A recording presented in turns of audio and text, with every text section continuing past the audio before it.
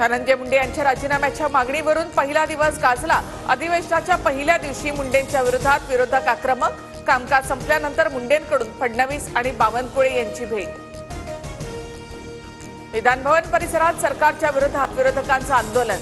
महाराष्ट्रात 2 गुंडे, कोकाटे आणि मुंडे। विरोधकांची जोरदार घोषणाबाजी। कोकाटेंची फडणवीस, नार्वेकर आणि अजित पवारांसोबत बैठक। 4ही नेत्यांमध्ये बंद दाराआड चर्चा। वेळ मिळेल तेव्हा माझी भूमिका मांडेन। बैठकीनंतर कोकाटेंची प्रतिक्रिया।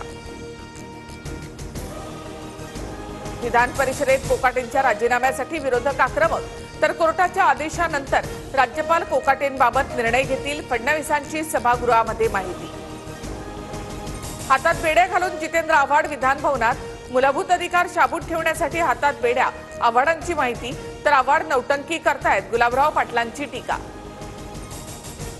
विधान परिषदेच्या विरोधी पक्षनेते पदावर काँग्रेसचा दावा।